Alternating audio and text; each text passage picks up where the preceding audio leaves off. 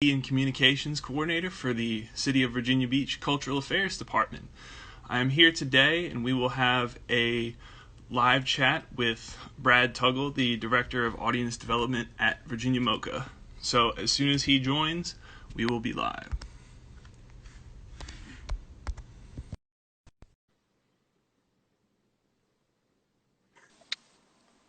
Hey there, Brad. Hey, Alex. How are you doing? I'm doing great. How are you? Doing well, doing well. Staying safe, but staying busy. I'm really looking forward to this chat. Just trying to get to know some of the people behind the arts organization, Virginia Beach and Hampton Roads, how they're adjusting to the times, and what they're doing moving forward. So I just have a few questions for you. So first of all, this is the surprise question I told you about. Try to break the ice a little bit. So Go for it. this is a pressing question that the internet has had for a while. So do you think pineapple belongs on pizza? I think it belongs on your pizza, but it does not belong on my pizza. Fair That's a enough. Fair that's a politic answer, right? I think that's good. enough. Yeah. Yeah, I think other people are free to like what they want, but it's not going on mine. So I've heard something about this, what you got behind you there. It seems internet famous. So tell us about that. Yeah, so this is this wood cutting was behind me in the video we did for Virtual Virginia Mocha, so I thought I would bring it back. It was pretty cool when we posted that. The artist only makes one of these a year, and he's an artist that has a shop off of a little alleyway in Italy, and there's a fan of Virginia Mocha who has another year's version of it, living here in Virginia Beach. So it was pretty cool. I thought it was this kind of like one of a kind thing that my girlfriend owns, and it's close to a one of a kind, but there are two here in Virginia Beach. Nice. So let's get into these questions here that I have. So first of all, just tell me about yourself, what you do at MoCA, some of your day-to-day activities, really just getting to know you. Sure. Yeah, I am the director of audience development. I joined the team back in September. My whole career before this I had done in live performance, so I came over from Virginia Stage Company in downtown Norfolk. It's been great since I've been there. It's certainly been a change of pace these past couple of weeks, but it's been great to be able to work with more people on our team and kind of virtually work together to launch this virtual museum at virtualvamoca.org. We've worked really hard to make it so that the doors to the building are closed, but the museum is still open. So now that you mentioned that, of course, let's go right into it. So Wow. how did the concept for that really develop? How was the adjustment like from Yeah, being in the we've museum every day to virtually?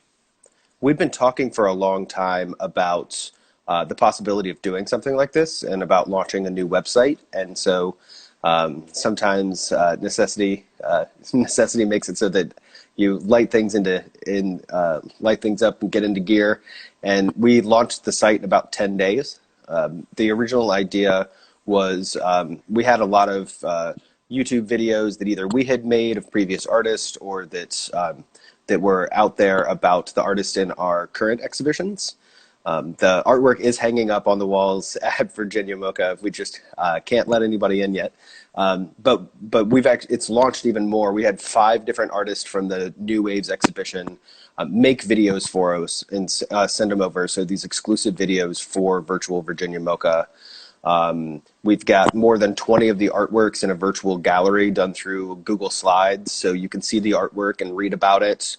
Our education team is doing an incredible job. There's 3 or 4 different videos up, three videos specifically where you can do an art making activity, where our team kind of walks you through an art making activity, either based around the current artworks. There's one that we did a while back with an architect. And so those are up. We have these little things called make breaks, which are quick little activities that you can do at home to stay creative, whether it's you, whether you do it with your family. And we encourage people to go on and do those and then share what you make with us, and so the world can see it. So, I've been on there so many times, and it's just astounding, how much work you all clearly put into that, and the resource that is for our community. So, what's been the reception like? What's been, MOCA's fan base reaction to everything?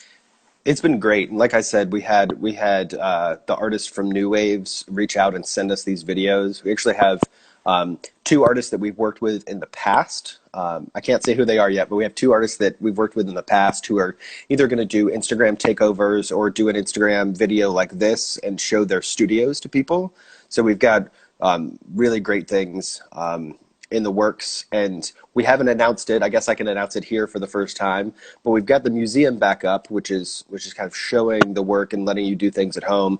But we're actually going to be relaunching some of the programming that we would have been doing starting in the coming weeks. So coffee and conversation is a thing that we would do on Tuesday mornings, where you could come in and look at the artwork with somebody from our team, and sometimes there would be a professional from a different industry there. Like for the Michael Kagan exhibition, since it was about space and astronauts, we had a guy from NASA who's an engineer for NASA come in and talk about his world and how it related to the artwork. So Coffee and Conversations is coming back, and we're going to be doing some Zoom calls and videos where you get to talk to our curators about the current exhibitions, or questions you have about things you've seen in the past. We've got kind of static content right now that lives there and you can see it whenever, but we're actually going to be launching back into this timely programming where people can get together and talk about the art. Awesome. You all got a lot of great content coming. We're looking forward to it. But so we've talked before. Both of us are relatively new where we are. Yeah. What have been some of your favorite experiences working, at MOCA? What have been some of your favorite exhibitions? Artists, different people coming in. Sure. What have been some of your favorite experiences? One of the first things we launched after I got there, it was only a few weeks after I got there, was we launched Healing VB, which is our partnership with EVMS, where we do art therapy one Monday a month, and it came out of the need for these kind of services after the tragic shooting last year. So we partnered up together to do this. The VB Strong Center is doing lots of great work, and then we wanted to kind of add to that.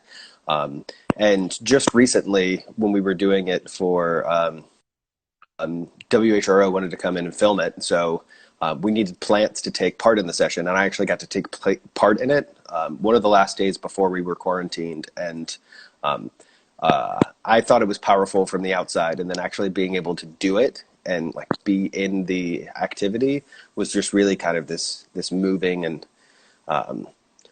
life-changing experience. I hung my painting up on the wall. It's hanging in my office at MOCA, and when I get to go back, whenever that is, it'll be hanging up on the wall. I kind of miss it. I want to see it again. But that's one of the activities. But I've only been there for one exhibition cycle, so Michael Kagan's work was up, and to be able to pair that the kind of astronauts, to pair that with Charged, which was all kind of electronic artwork. Everything in it was plugged in, whether that was a TV that reflected your image back and altered it. We had these giant arms on the wall. But being able to see those two things paired up together, it was a really cool experience. Oh, I remember that, going in there with the arms and they're calling each other. That was awesome. So Yeah. That was, my first ones over there too. So with everything that you've talked about so far, your experiences, the virtual options, it sounds like you all have a tremendous team there that's dedicated. So what's it like working with the team that you have over there at MOCA? Absolutely. The team's great, and we're really fortunate that we were one of the first people to get one of the PPP grants. Atlantic Union and the people over there were incredible, and we got it just days after it was available. So fortunately, the vast majority of our team is still at the museum, and we're just all figuring out. None of us are doing, very few of us are doing the job that we were doing before, right? And so It's great to have this nimble team that people are becoming content creators and doing these videos. I've learned how to edit videos, right? So we're all pitching in, and really the team is just incredible. I've been fortunate to work with some great teams in the past, but the way that the departments work together and just the incredible creativity that everybody has, right? We might not all be employed as artists at Virginia MOCA, but to be working together and have your development team or your front desk or Alex, who works with me in marketing, to have people who are artists that you get to work with. It's really it's really like, it just makes you want to go to work every day. Right. And I mean, that's the thing about this unfortunate pandemic that we're going through right now, with the social distancing Yeah. at home for a lot of us, it's required some significant changes. So, you know, how has that really, sparked your creativity? How have you adjusted, your work schedule? What was it like editing video? How did that come about? Yeah. So I am not a visual artist by any means, but my art form is I'm a musician. So I got myself a nice new microphone, and I'm playing a whole lot more at home, um, kind of keeping myself sane that way, right? Right. But yeah, adjusting, working from home. I was fortunate that I already got to work from home a little bit, but being able to work with people, like in some ways, I think we're working better now, right? Because it forces us to communicate. Right? That if you don't call somebody on Zoom or Microsoft Teams, then they didn't hear it. And so it's so often in an office, you can just talk to one person and assume everybody knows. But because of this, we've got to communicate, and I think our team has done a really great job of communicating and working across departments.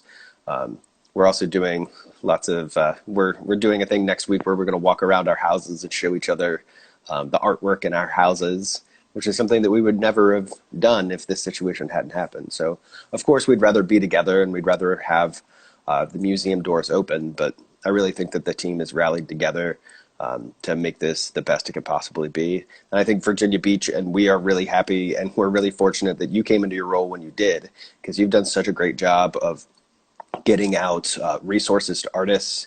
If the people who are watching haven't seen it, Alex put together this great page that just has tons and tons of resources for artists during this pandemic, whether it's grants, whether it's calls for proposal. There's all of this stuff on there.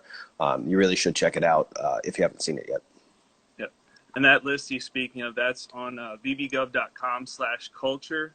It's one of the sliders. So we've got significant resources, arts education, funding and grants, emergency relief options, and other information for artists, cultural organizations, and Mm. museums. So make sure you do check that out if you haven't already. Um, so, kind of to wrap it up here, Brad, you know, COVID has had a significant impact on arts, culture, museum communities. Uh, Hmm. so, how can people still support the mission of MOCA and everything that you all do during these challenging times?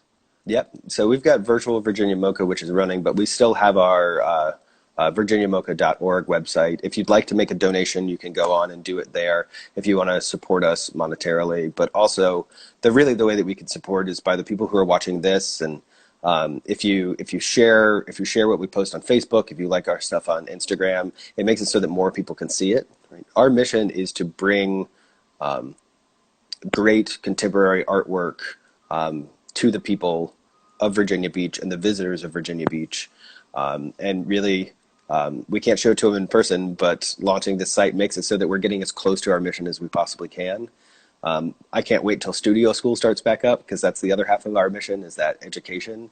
But go on, use the resources, share the resources with other people. That's really the number one way people can support us, is just just use it and help us get to our mission. Right. I think we all can't wait until those doors are open again, not only for MOCA, but for our organizations, locally, regionally, around the world. Yeah. We all can't wait to get back. So that's the end of my questions. But for everybody out there, if you are an artist, arts organization involved in a museum in the local area, I'd love to talk with you just like I talked to Brad. So you can reach out, message us here on Instagram, and we might be able to set something up. So I appreciate the time, Brad, and I hope you all have a great day. Yeah, thanks for reaching out, Alex. No problem. All right. Bye.